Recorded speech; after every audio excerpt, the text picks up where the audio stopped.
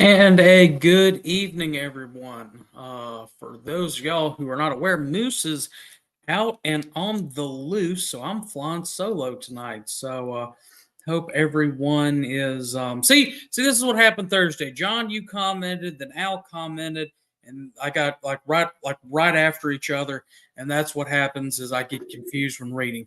Anyway, Moose is on the loose, so I'm flying solo tonight. But before we get kicked off, the views and opinions expressed on this program are not necessarily those of mine, but they are mine, not those of the SCV, any division brigades, camps, or other subsidiaries. Strictly those of mine who are expressing them.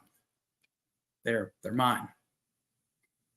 And if you get confused, just stare at the bottom. Hope everybody is having a great evening. Hope everybody had a wonderful St. Patrick's Day / Pat Claiborne birthday yesterday. I was on the way back from a work trip yesterday, so I didn't get to post anything about General Claiborne's birthday, but definitely a great day. I saw some good pictures from the Claiborne birthday service over in Helena, where he's buried. Yeah. Anyway, seeing people coming in, Dr. Sandy Mitchum, who is in New Mexico, Carl Jones, Faversham, Gerald Nelson. If you can find him and you can catch him, you can shoot him. I think it is moose season officially. Dave Perkins, John, hello, Chief of Heritage Operations, Ron Kennedy, Paul Gremling Jr., hello, Dave, hello, Al and John. Like I've already said, y'all got me all mixed up. Jack, new camp adjutant from the Gainesville Volunteers. Well, congratulations, Jack. They just came out with the past adjutants medal a couple of years ago at the SCV store, because it used to be an appointment for life. It felt like, but I guess they had one who stepped down. So you'll understand that eventually one day past is good. Hello, hippie from my camp, Donald Gaines from Rankin Gray's Camp 2278. Tony, good evening. Jason, good evening. Kyle, I hope that you had a safe trip back from Gatlinburg. And Kyle, I had something, or I saw something this weekend that was slightly blasphemic. I was, like I said, it was a work trip over at an expo in one of our sister states right across the river, and they had Virginia bourbon. Hello, big sister, who's 12 years older than I am.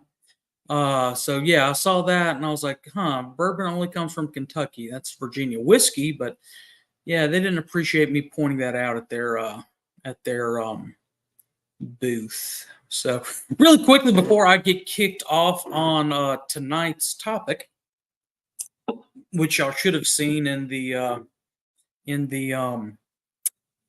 oh goodness gracious, the stuff for tonight's, the event, is a couple of things that you should have seen out there. The first one we have shared on our page, and I just reshared it right before the show began. So after the show, go check out our timeline page, and we'll share it some more. Carl Jones, the illustrious councilman for the Army of Tennessee.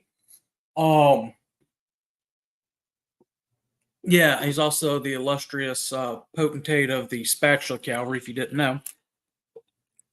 Carl is having a defensive pistol course, April 13th, 2024. Cost for registration is $50, and the net proceeds will be donated to the National Confederate Museum.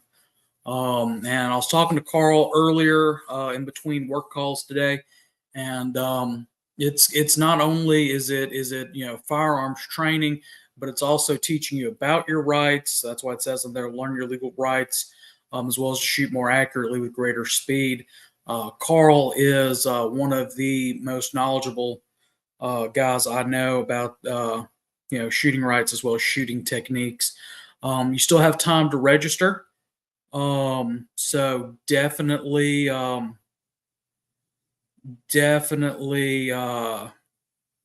throw that out there. Go and check that. In fact, I think I have the link right here. I know I have the link right here, but I think I've got the. I can copy it and paste it in the actual chat, so y'all can click on it. That'll also be sharing it out via YouTube ways. If not, check our Facebook page. If you can't click on it for our YouTube audience. But if you can, great. If not, message the show. We'll send it over to you. But that should be a good fun day. Carl, if you're still tuning in there, lunch is barbecue that day, right? So I'll wait on him to message back on that. The other thing is this has been shared out there by headquarters. It's not an April Fool's joke. They are doing a sale on life memberships. Last time I saw any news on it, it was still ongoing on April 1st. I've got a life membership, and it was probably the best thing I've ever spent money on. So call headquarters or visit the website that day. It really is a great thing to get your life membership. Remember, if you have a grandson or a son that's not of age yet and is in the cadet program, you can go ahead and purchase their life membership early for them. That way they can continue on your legacy in the SCV and the legacy of your ancestors. So that's on there. Like I said, just April 1st, call headquarters.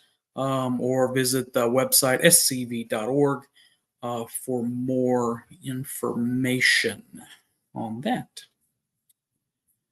With me flying solo, that means I've got to pop up my overlays. Anyway.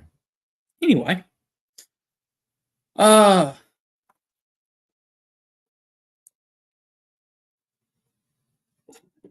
excuse me, I'm having to take my medicine. I just had a sandwich from the Hardee's a second ago. God, I wish they'd sponsor us.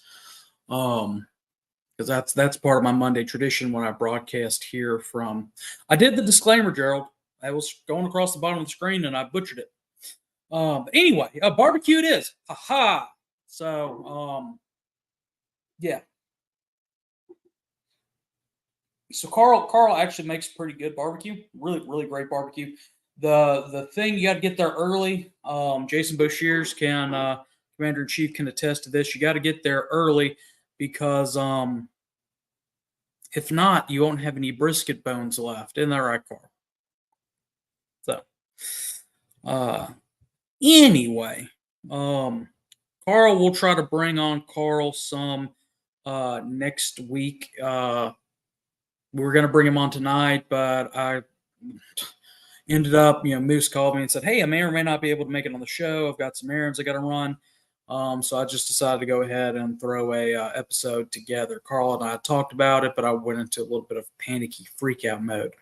But we'll try to bring Carl on some along with Adam next week for that episode. So Carl, be ready. Adam, if you're watching, be ready. If not, I'll text you tonight when we're talking about TikToks. So anyway, tonight we're going to talk about, we haven't done a real history episode in a while. And I figured we could do a good talk about a guy who is near and dear to my heart, probably one of the most interesting historic figures who really is not that well touched on when studying Confederate history. And that is Judah P. Benjamin, Judah Philip Benjamin of Louisiana. A man who, when I began studying him, and I'll tell the story why I kind of got into learning about him.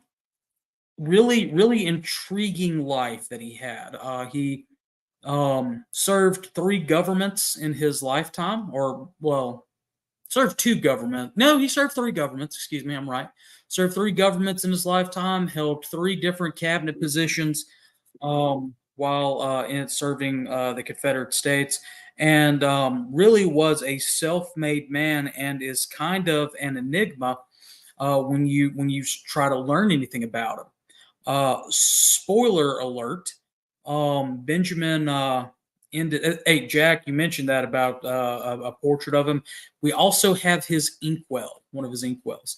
But the reason why Benjamin is such an enigma and such an unknown, you know, a lot of his stuff. He there before he died, he burnt his personal papers when he was in England, and yeah, there's questions as to why he did that.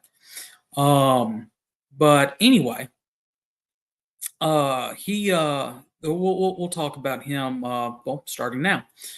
Judah Philip Benjamin, Judah P. Benjamin, was born August the 6th, 1811, in St. Croix of the Danish West Indies, now the U.S. Virgin Islands. If you think back to what was happening in 1811, there was a little Corsican upstart from in France who was kind of kicking butt and taking names across Europe, named Napoleon Bonaparte. And at that point in the Napoleonic Wars, the British had taken over the Dutch West Indies, or Danish West Indies rather. They were occupying it. So Benjamin, for those that do not know, was Jewish by it's difficult to say Jewish by religion, but definitely by heritage.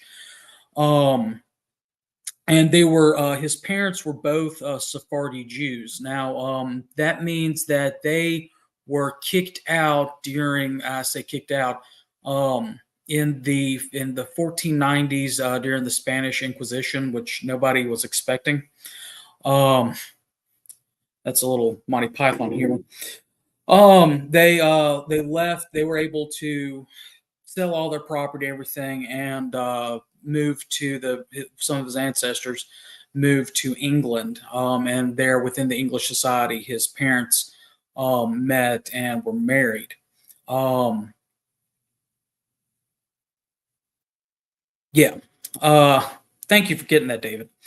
So his Benjamin was born in actually the British colony of Nevis. For those that are interested, Philip's or Judah P's father, his name was Philip. His mother's name was Rebecca, Rebecca de Menendez, I believe. So you could hear the Spanish influence in that. They had both been shopkeepers, and they had immigrated to the West Indies in search of better opportunities, going to the colonies, everything like that. Judah was the third of seven children, and he was given the same name of an older brother who had died in his infancy. That's kind of a tradition that was within the family. And also, he was named for his paternal grandfather as well, who had performed his brisk. Anyway, the Benjamins, while in the Danish West Indies, they began coming on hard times as the West Indies, the trade began to be blockaded by British occupation. Sometime 2 years after Benjamin was born, the family uproots and moves to the United States. And by 1813, Benjamin and the family had moved to Fayetteville, North Carolina, where they had relatives there. Benjamin, his father, was not financially successful there. And 1821, the family moved to Charleston, South Carolina. And a lot of people do not realize this, but as far as religious persecution and stuff like that goes in the United States, Charleston, South Carolina, and for a vast majority, the entire South was a lot more religiously tolerant than other parts of the nation was. Case in point, at that point, so we're talking in the 1820s, all the way up until the war, Charleston had the largest Jewish population in the United States. I believe it was New Hampshire or some other New England state actually did not give Jewish citizens the right to vote until the 1840s. I believe 1848. I believe it was New Hampshire. Somebody fact check me on that. Anyway, but they moved there because of the religious tolerance. Benjamin, despite Benjamin Sr., despite moving over there, they were not that successful. His mother ended up having to open a fruit stand near the harbor selling fruit. I'm going if I'm stalling a little bit, it's because I'm going between my notes and the chat, just seeing all what's in there. Anyway, the family is living there in the 1820s. One of Benjamin Sr.'s cousins moves over there, who was a Moroccan Jewish trader, Moses Levi. He immigrates by the 1820s, and they're in Charleston. While in Charleston, Benjamin was sent off to an academy where he was regarded for his intelligence, and it was recognized.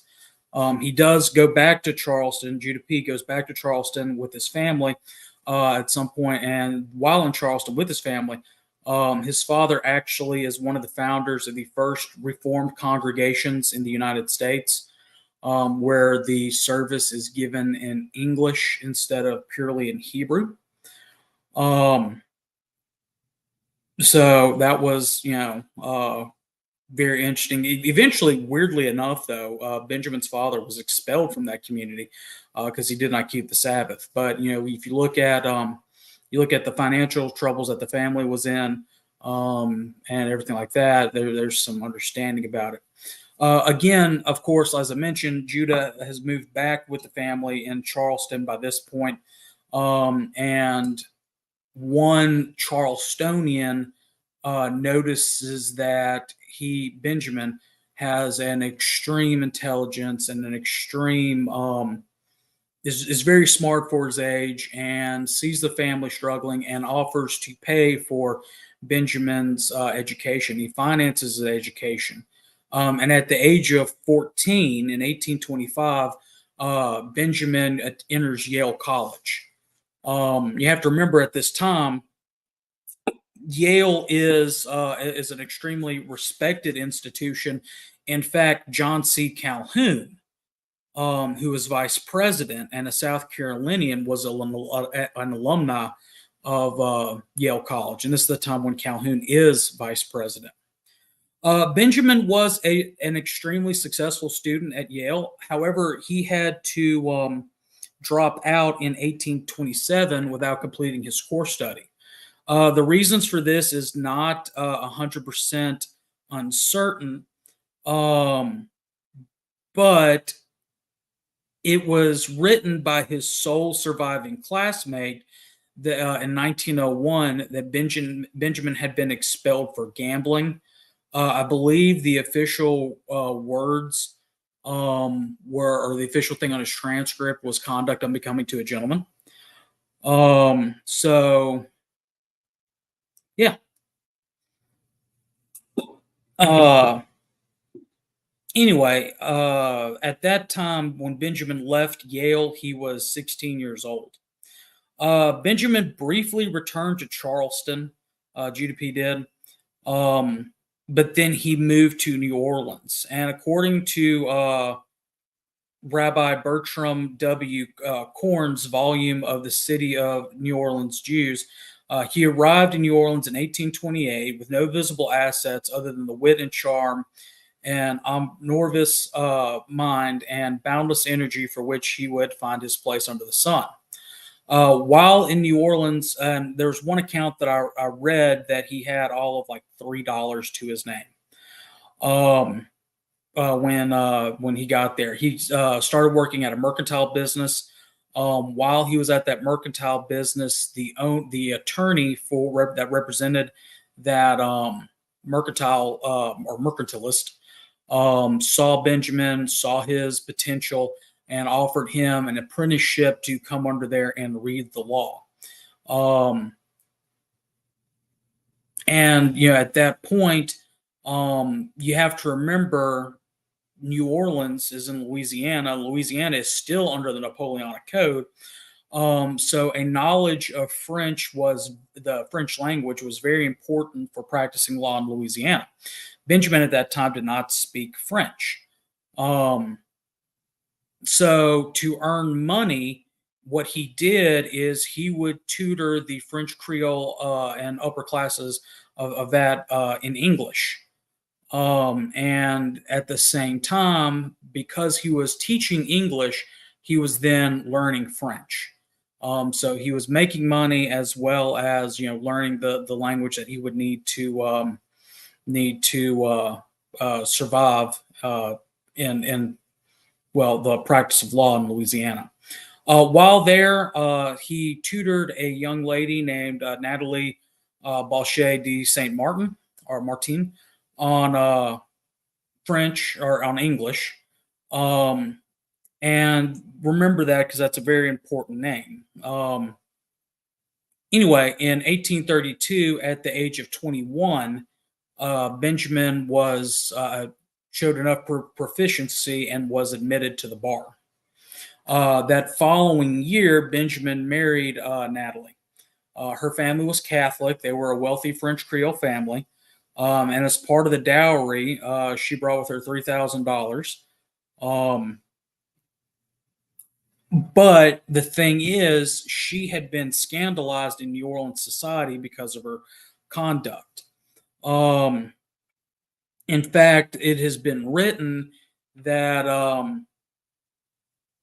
it was probably they tried to marry her off to hide any scandal. So the parents were trying to get rid of her. Sadly, the marriage was not a success, and that leads to some other speculations about Benjamin that we're not going to get into. But by 1840, Natalie was living in Paris with the couple's only child named Nanette, and Benjamin would only visit them annually.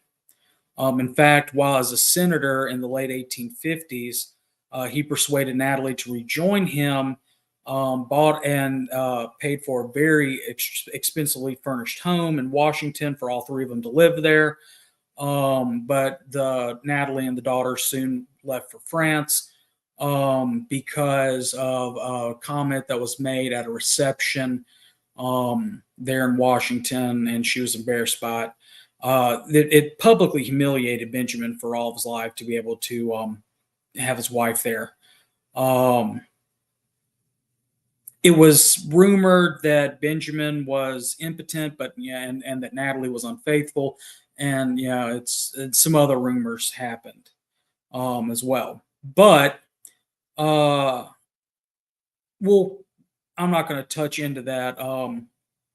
Anyway, about more of his personal life, though.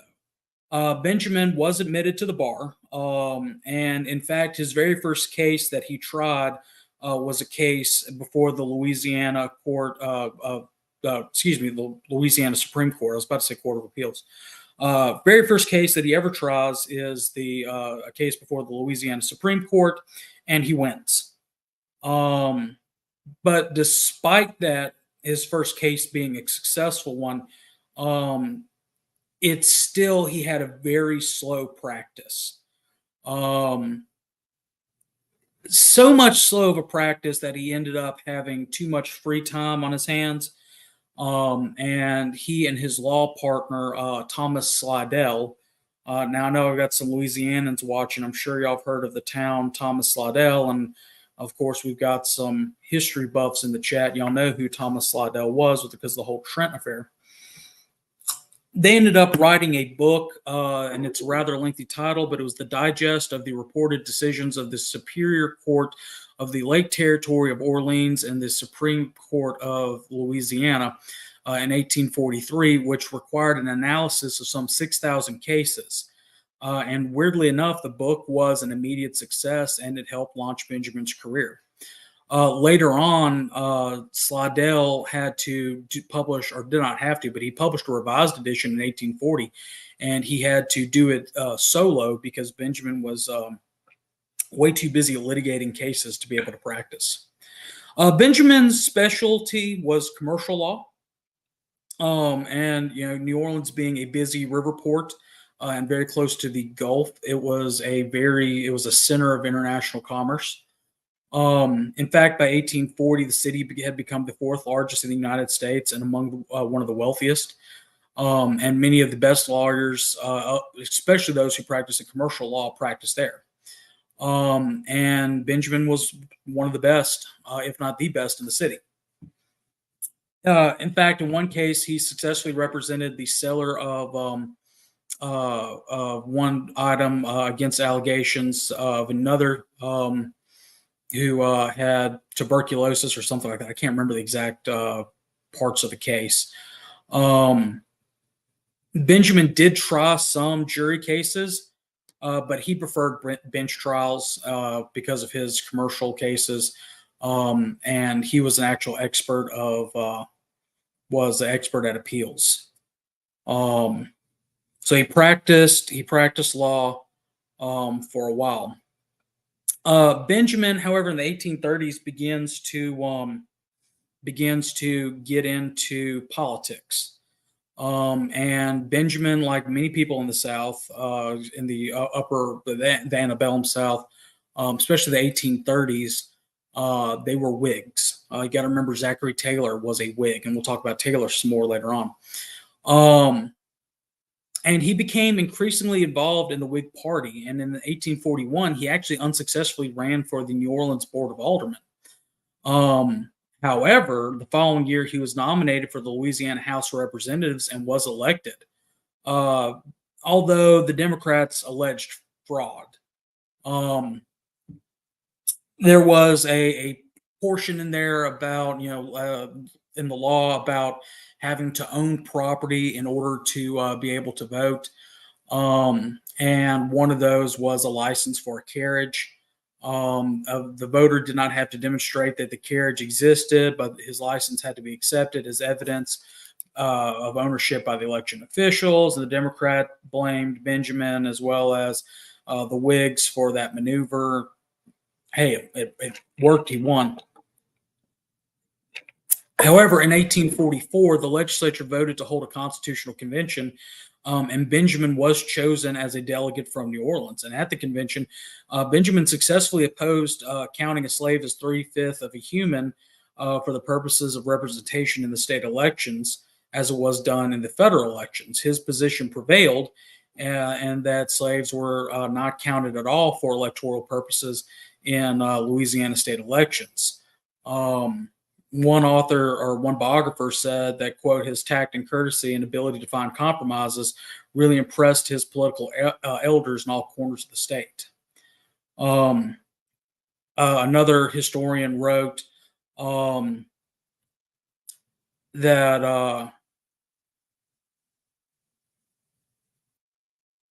oh, darn it, I hit backspace on. Let me see if I can get that. Hold on.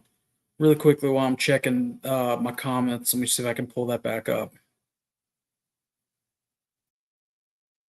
Got it. So the historian wrote that hidden beneath the free and easy relationship between Jew and Gentile in the antebellum South was a layer of prejudice that was derived from anti-Semitism. The observed picture of the Hebrews as the biblical patriarch and apostle of freedom was the image of Judas traitor and the materialist who preyed on the misfortune of the country. But high assimilation, as well as men like Benjamin, began to um, change the feeling of most of the South. That was the quote.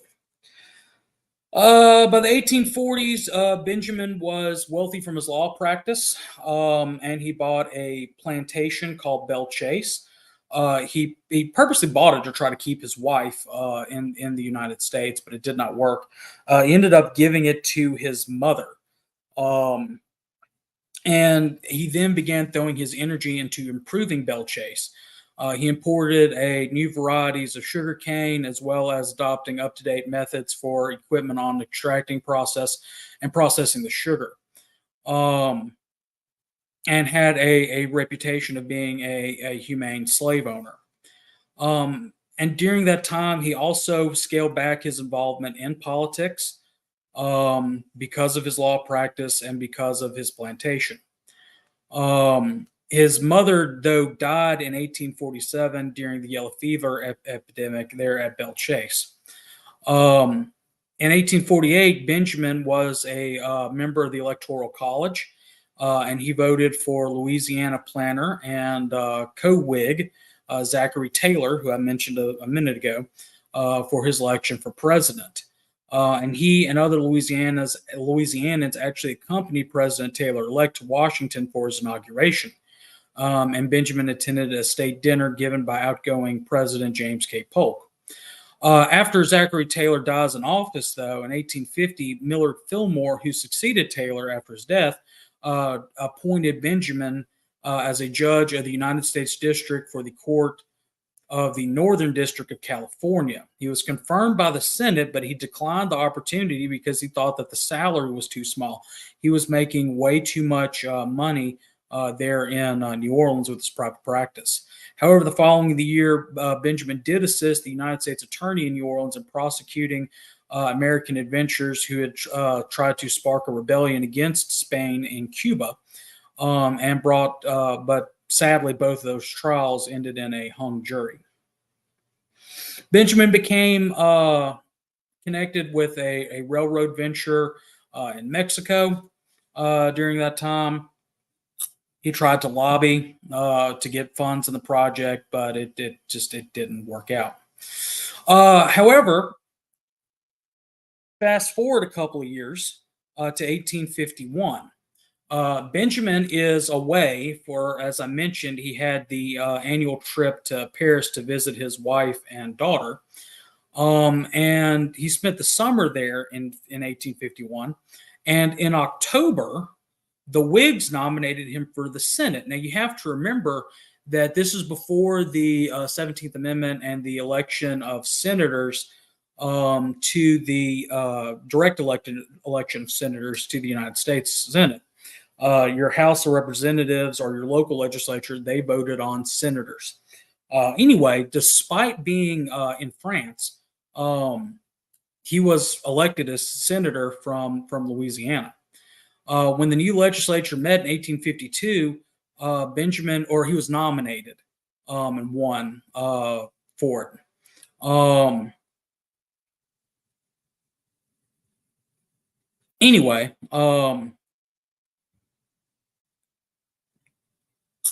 some of the newspapers thought that Benjamin was too young and inexperienced at the age of 40, despite his talent.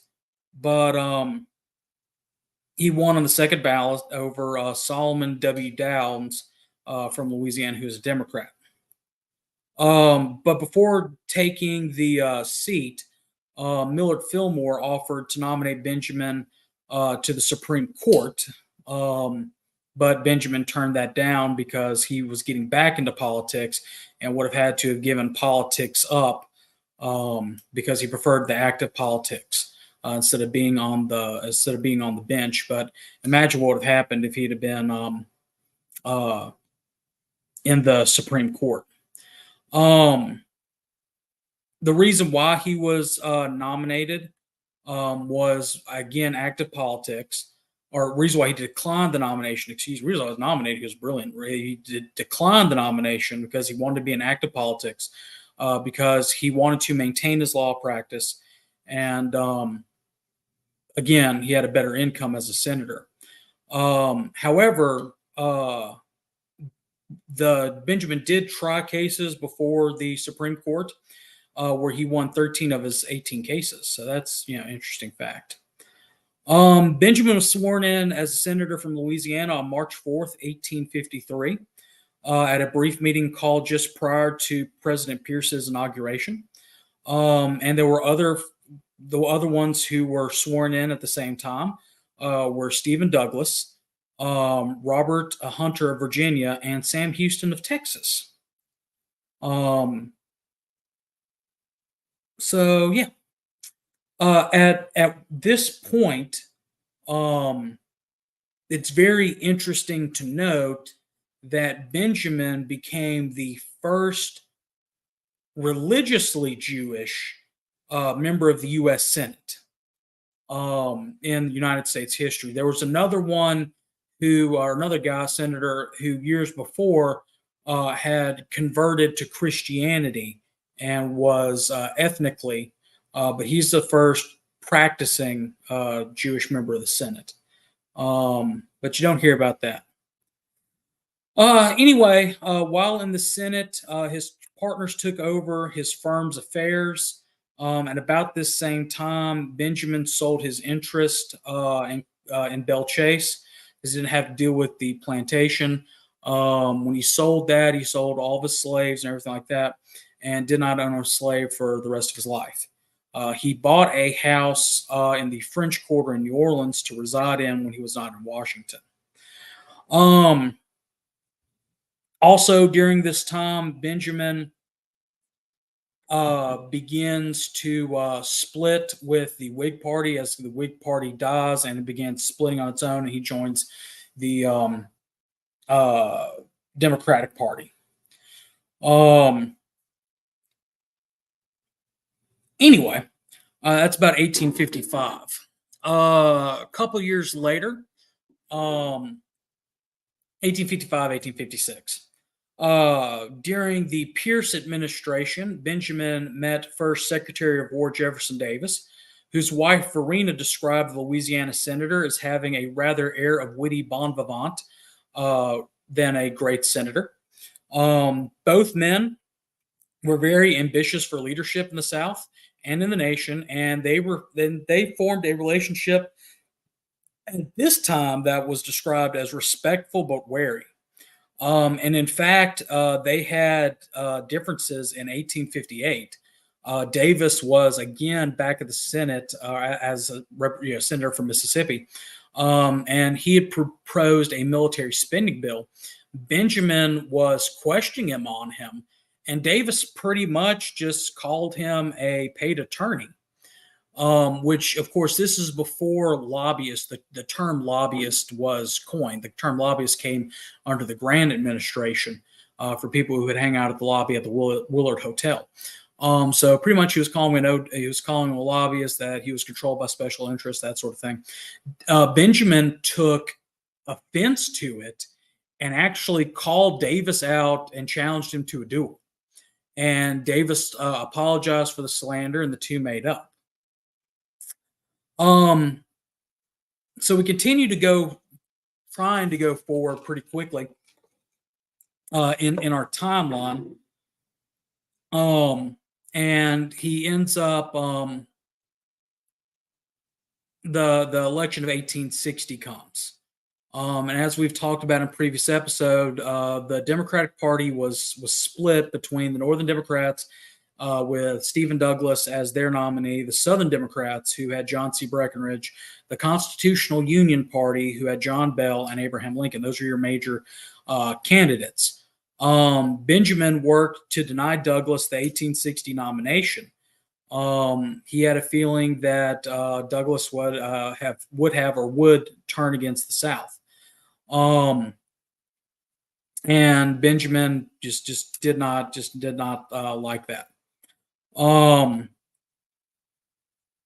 Of course, as I just mentioned, the Northerners backed them, split election, and well, Lincoln wins. Of course, when Lincoln wins, secession fever begins to happen, and Louisiana eventually follows her other sister states in the South to secede.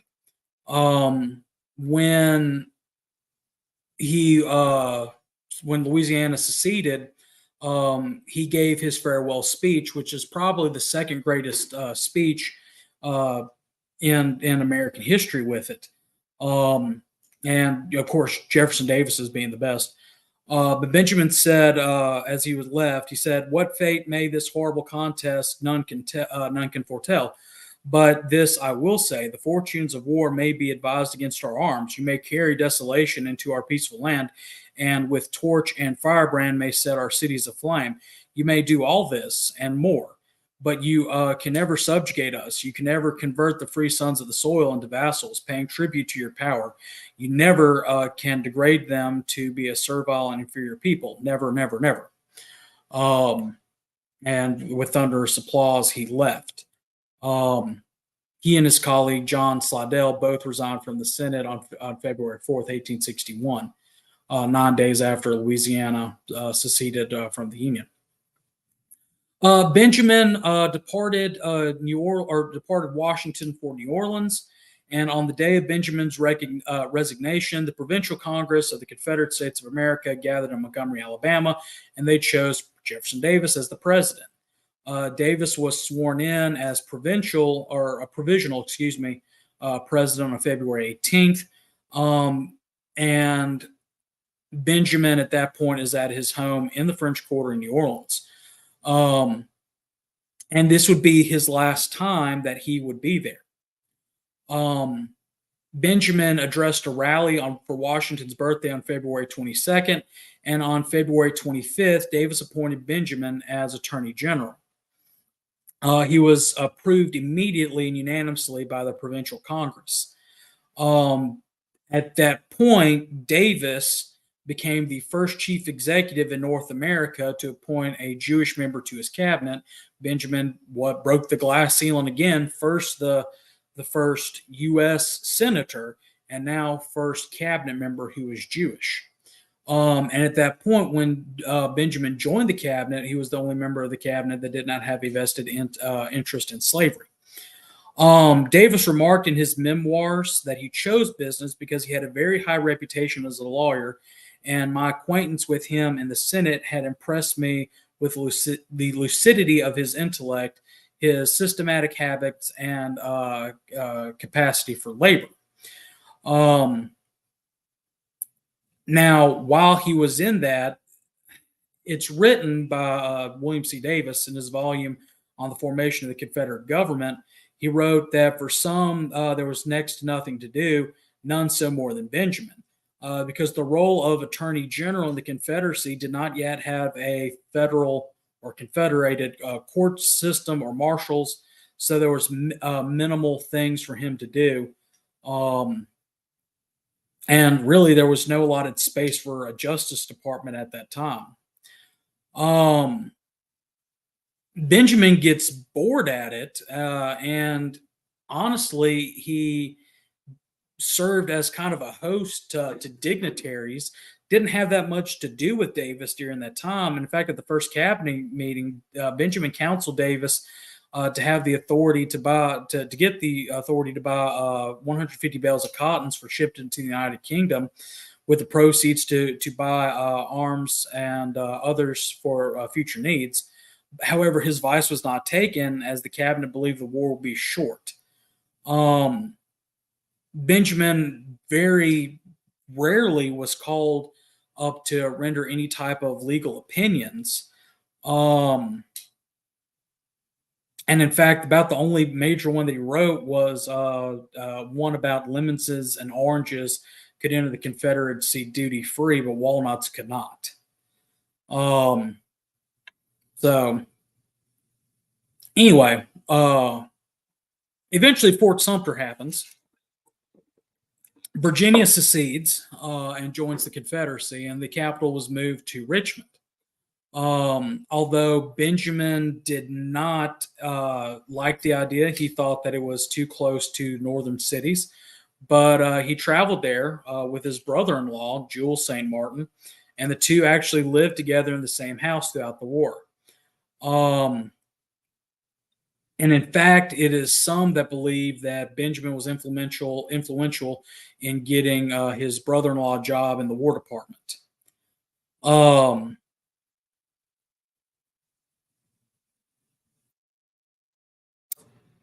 Benjamin, of course, is, as I mentioned, getting bored and is threatening to resign because of it. Um, and Leroy Walker, who was Secretary of War, he eventually resigns and gets appointed as joins the army and is appointed as a brigadier general. So Davis actually appoints Benjamin as Secretary of War. So he was first the first Attorney General and now the second Secretary of War. Benjamin actually continued on as Attorney General until November 15th, 1861. But Benjamin, I've mentioned this, he has no military training.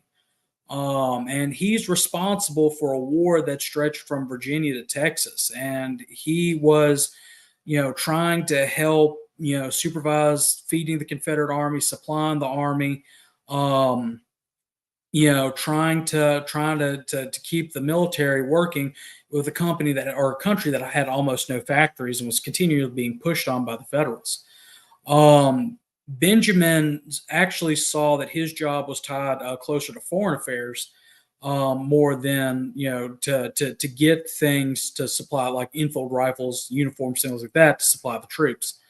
Plus, Davis had chosen a defensive strategy to wait for invasion by the Union rather than to invade and try to take it out.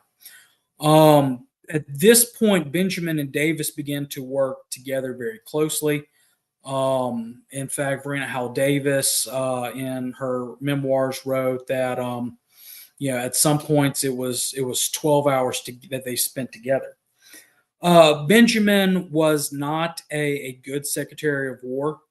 I'll go ahead and yeah, exactly. I was about to say that, Dr. Mitchum. He was not suited for it.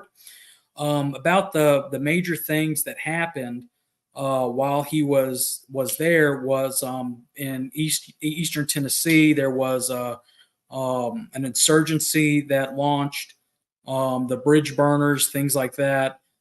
Benjamin was instructed by Davis to put it down. In fact, I found a couple of letters or copies of telegrams where Benjamin ordered on Davis's behalf the confirmed execution of those bridge burners that were captured. Shiloh happened during that time, and during that time, Benjamin had difficulty managing PTG Beauregard, which, of course, everybody had trouble with Beauregard. It didn't help that Davis and Benjamin were there together, and Beauregard and Davis didn't get along. Little aside story: whenever Larry and I get to joking, Beauregard actually wanted a Napoleonic rocket battery at some point, and Benjamin denied it because he thought that it would be a better use to get, I don't know, muskets for the troops than a antiquated rocket battery that didn't work in the time of Napoleon. Anyway, he had problems with him. He had problems with Stonewall Jackson. He had just problems with Georgia Governor Brown, North Carolina Governor Clark. Just it was not a good fit for him. So Benjamin eventually takes the spot of Secretary of State.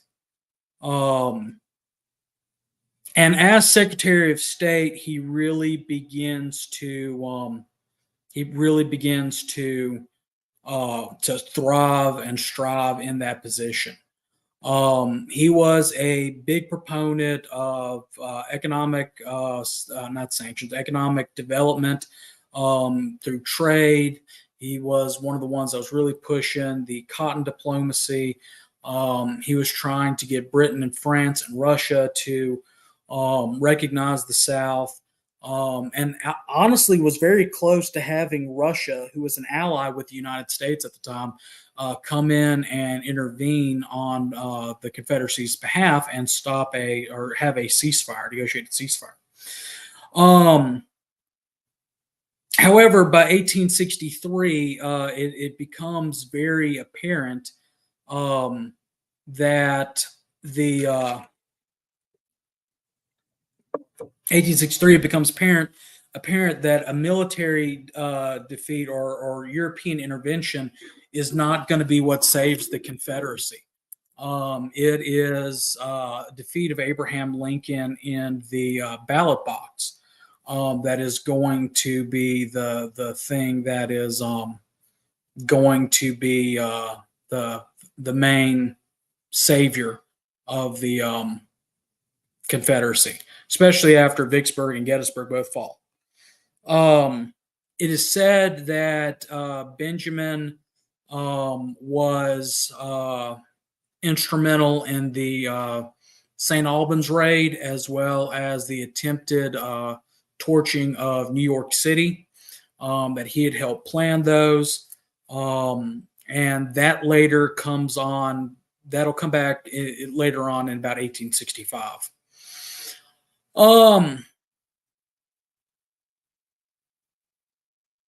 He also tried to be able the Stevens Peace Accord. He was involved in trying to get that done. So 1865 runs around, and things aren't well. Actually, let's backtrack for a second. Let's backtrack a year. During that time, Benjamin also tried to get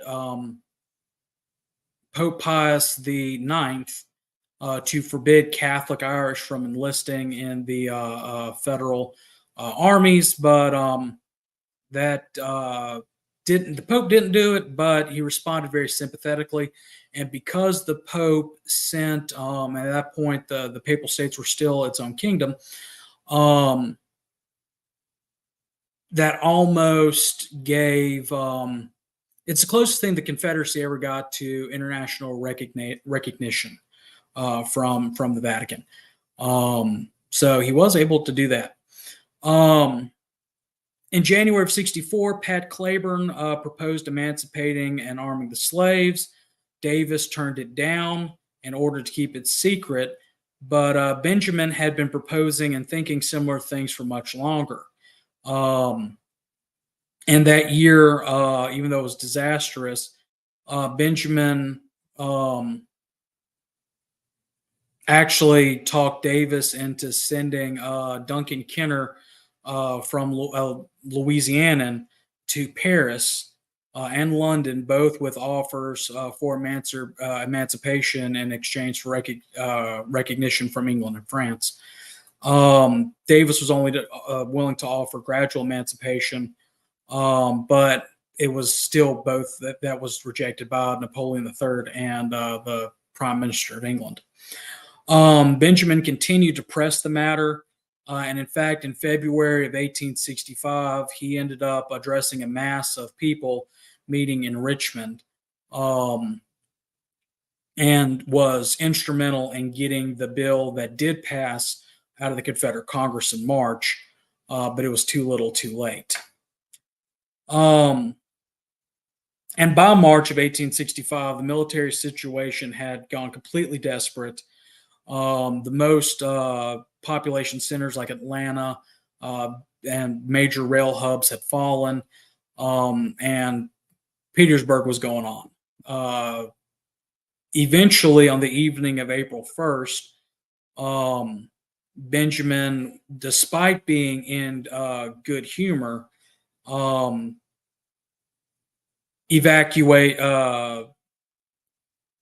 excuse me, lost my space.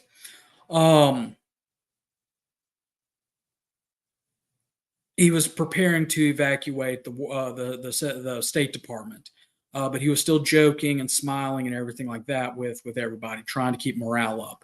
On April the 2nd, Lee sent word that he could only keep troops away from the Danville Richmond Railroad for a very short time, and that time was running out.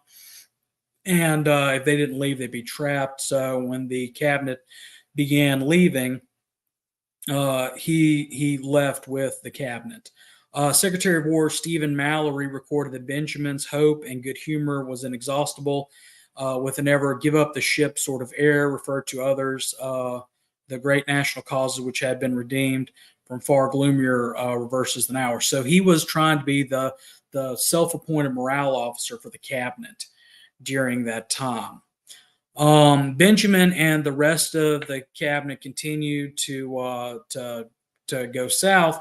However, they eventually find out that Abraham Lincoln was assassinated. And remember how I mentioned Benjamin's involvement with the Confederate Secret Service a minute ago. He had planned or helped plan the St. Albans, Vermont raid, the burning of New York City, other things. Naturally, given the disposition of anti-Semitism in the North and everything else, they began quite literally comparing Benjamin to Judas Iscariot. They were blaming him for it. They said that he was the one that planned the Lincoln assassination, and he saw the writing on the wall. Being Secretary of State, he still knew that he had things that he had to accomplish, paying the Confederacy's debts, everything like that over in Europe. So with permission of President Davis, he left the cabinet and made his way to Florida a couple of days before President Davis was captured. While on the way out from Florida, a group of federal cavalrymen stopped him, and because Benjamin spoke French, he acted like he was a French cook off of a ship. And they made some disparaging remarks about how they've never seen a Jewish man do any manual labor before, and they let him go. As the boat is sailing away, John Reagan, who was the Postmaster General of the Confederacy, asked Benjamin where he was going. And he said, to the farthest place from the United States, if it takes me to the middle of China. Of course, by that point, he'd heard about Davis's capture and knew that there was nothing that he could do. Benjamin eventually sails to the Bahamas. From the Bahamas, he gets on a Nassau is the Bahamas. Gets on a ship where it takes him to Havana, and from there he goes to Britain. While in Britain, he arrives in Southampton, and he closes out meets up with Ambassador Mason, and they conclude the Confederacy's affair. Immediately, he leaves from Southampton and London, and he goes to Paris to visit his wife and daughters for the first time since before the war. Friends in Paris urged him to join a mercantile firm there, but he felt that a career like that was subject to interference by Seward and the United States. So he did what he did in his teens. He decided to start over on a new path, doing the same thing with the law, and he goes back to England. And while in England, he sits and reads for the bar in England and becomes a barrister or a lawyer. He was able to, and it was at, ironically enough, Lincoln's Inn, or the Honorable Society of Lincoln's Inn, which is one of the four inns of the courts in London, to which barristers of England and Wales belong when they were called to the bar.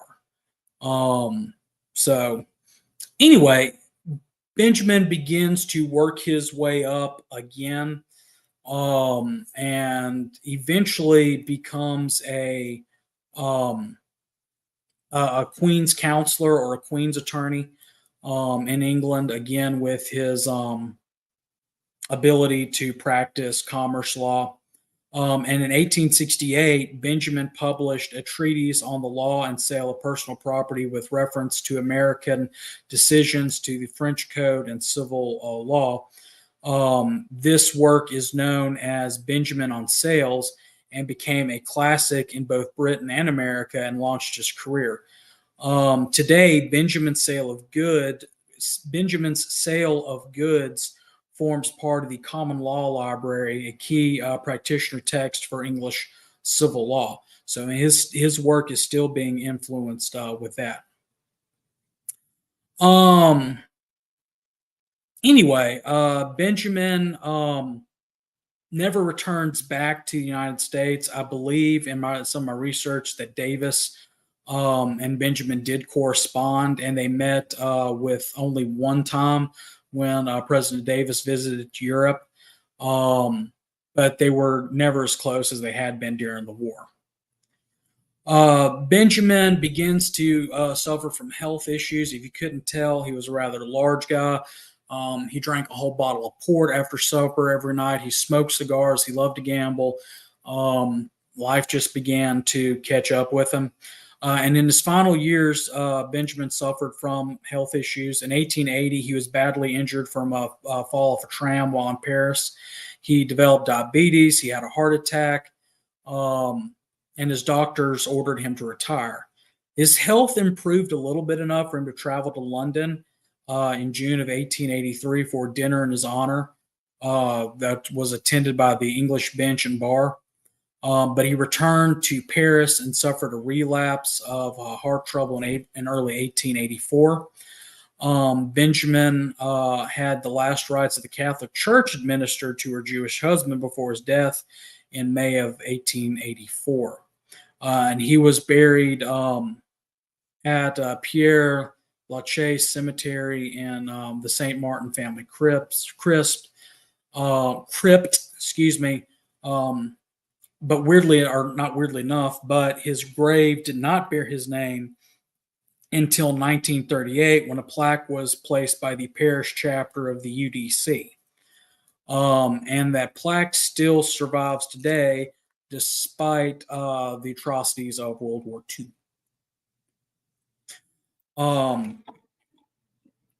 So if you're still with me within that hour-long discussion of Benjamin's life,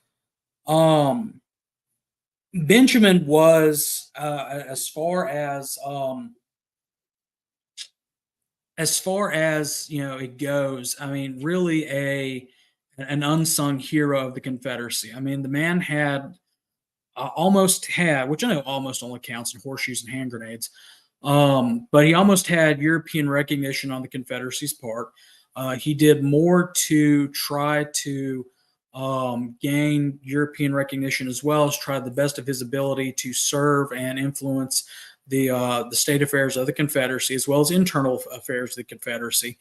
You have to remember that at this time in American history, for those that are still watching, other than, I mean, what before you ran for president, what job did you have for the majority of American presidents? Leading up to that time, it was the Secretary of State.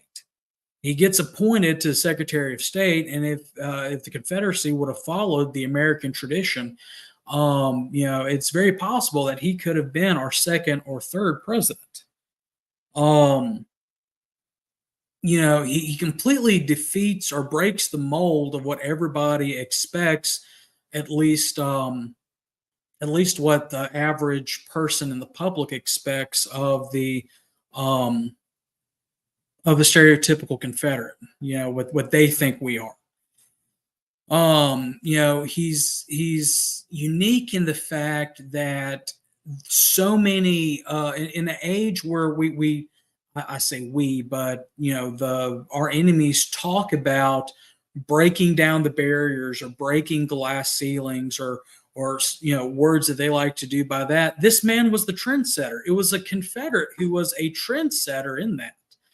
It was a man who was very passionate about our cause, who was very, as far as, as I mentioned with his speech about when he left the Senate, or about you may burn down our houses and everything like that, but you'll never subjugate us to be an inferior people.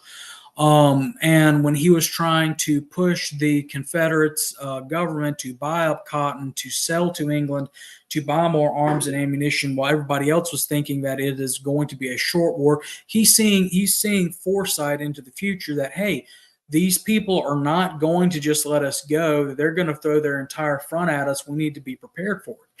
And as far as somebody who was as close to a right hand man to Jefferson Davis, there was, um, I mean that's it. But you don't hear that. You don't hear about him. He's not talked about, and the influences that he still has on society to this day.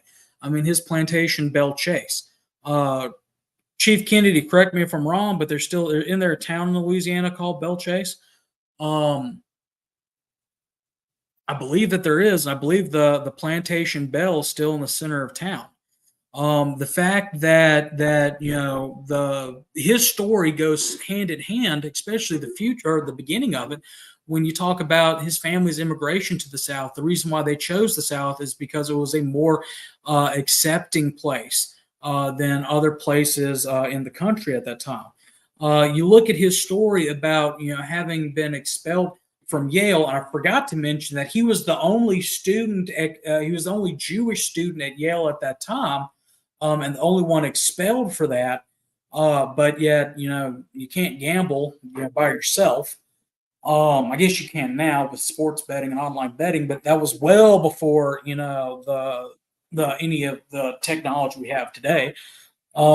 Despite the fact that he left Yale in disgrace, I mean, he came to New Orleans of all places, which was not the city that it was, or it was at the outbreak of the war, and worked himself up, or not worked himself up, pulled himself up by his bootstraps, worked his way to the top of his profession, becomes a United States senator, becomes one of the best senators in the United States at that point, becomes a cabinet member, breaks those glass ceilings, and then after the war has to retreat to Europe because he is so vilified by the North, who, when they're literally comparing him to Judas Iscariot and Lincoln as Christ, after the assassination, that he's afraid for his life, that he has to abandon his friends and his, pretty much, I mean, yeah, he may have been born out of the United States, but he may have been like what 3 years old before coming. So the country that he knew for his entire life, um, to he had to leave that behind because he could not go back because he would have been treated like Captain Wirtz, and I'm sure he heard about Captain Wirtz's execution and stuff like that, and Wirtz being a foreigner as well. So you look at that, but then to say all that to say he goes back to England, writes a book that it's on its 10th edition, and is still influencing English common law to this day.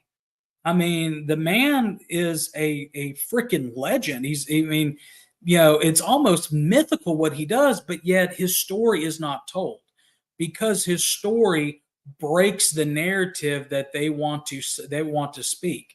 I mentioned earlier, at the time of the war, only member of the Confederate cabinet that didn't have a vested interest in slavery.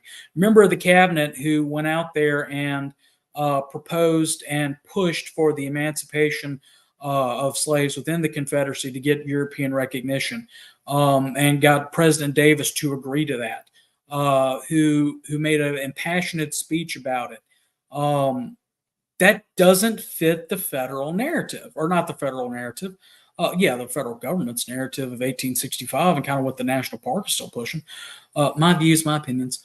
But or at least the neo communist, neo socialist narrative. I mean, he does so much great stuff, yet he's not talked about even by our people.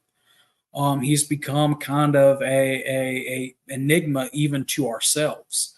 And he deserves a stronger in-depth study from what I've been able to do, compiling notes from a speech that I used to give a couple years ago. Reason why I got into Benjamin, let me see if I can find that picture of him. Um, Google that. Let me find him. 1862, I think, is that picture date. Yeah, here he is.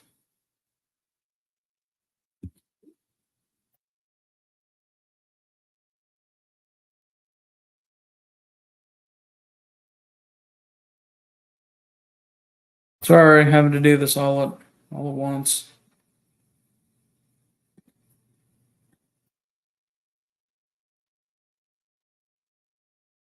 That's why I got that's why I got into Benjamin. There's a later picture of him with the mustaches, but is because I was at an event with Larry McClooney a couple of years ago, and Kirk Fields, who's a SCV member from Memphis, but has the uh, sadly looks like U.S. Grant. Um, anyway, we were talking about it, and I said, "Well, you guys can do first person stuff. I can't. About the only person who I even a little bit look like is Judah P. Benjamin."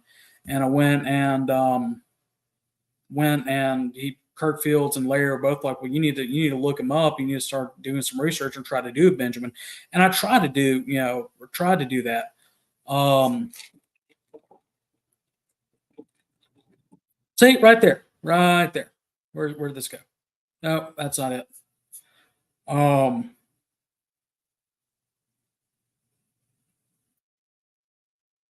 but we don't hear about him. We don't talk about him. Um, he's not that well known. Um, and that's a crying shame. The man, I mean, heck, some of his nicknames was like one of them was the Smiling Lion, and another one I read is that was the brains of the Confederacy, and influenced so much with the impact of what the Confederacy was actually able to do, but yet we don't hear about him. We don't talk about him nearly enough, and we should, and he deserves it. Um, so yeah. Anyway, well, I hope y'all enjoyed it. Um, Moose said that he should be back on Thursday. Um, when I talked to him earlier, if not, you'll have me. Just as a final reminder, because we mentioned it at the top of the show. Um, Hold on, let me read what David wrote. Benjamin was clearly what would be if we called a high value target and the user experience in capturing.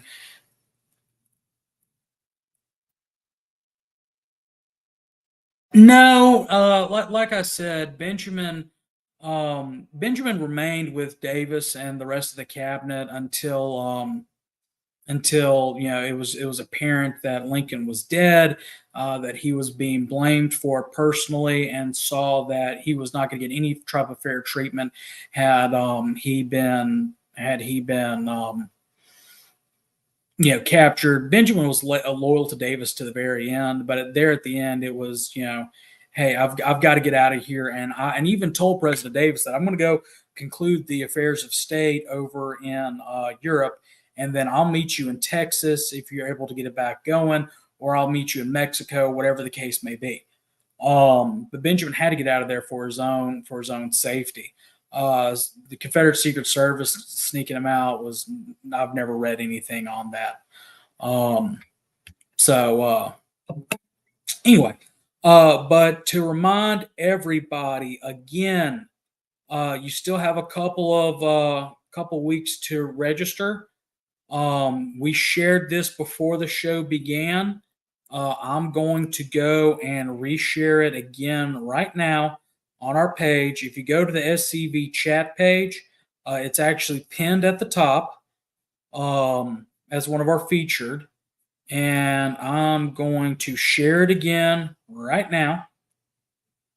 Share to feed, share. So just be looking for it if you're interested.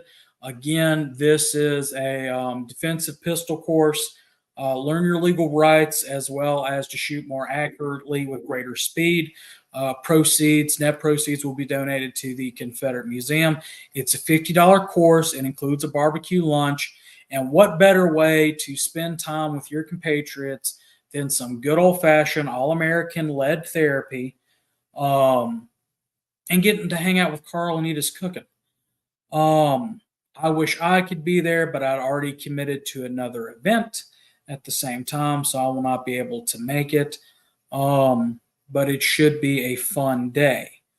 Also, remember, if you do not have your life membership, there have been several people that were asking, when's the next time National going to do a sale on life memberships? And I have not been told otherwise, so I'm going to still, unless it's not true anymore, they're doing a sale of it on April 1st. Call headquarters. Visit the website store on April 1st because it's only the first 100 members. If you already have your life membership, think about buying one for your grandson if you have grandchildren, or your son. If they're in the cadet program, you can go ahead and get them the life memberships. Hope that everybody hope the first 100 do that. I'm telling you, it is very nice to not have to think about dues. Very, very nice to not have to think about dues. Anyway, y'all do some research on some unknown stuff in the war. Find you a topic that interests you. I mean, I'm David C. Now he's going to be looking into the Confederate Secret Service. Find you a topic. Learn some more about Benjamin. There's some good books out there about him. Find you another random cabinet member. Learn about him. There's a lot more to our history than what the left says about us. And we ought not let them define what our history is. We should know these interesting stories and facts and stuff like that, and be able to tell people, well, you're saying this, but here's the real truth about that. Hope y'all enjoyed a brief history night. Next Monday, we'll have Carl on for the top half of the show to talk about the pistol course. We'll have Adam on for the second half of the show to talk about what's all going on at the museum. That goes hand in hand because the money's going to the museum. There should be a episode of Look Around the Confederation on Thursday with Moose or myself. Don't know yet.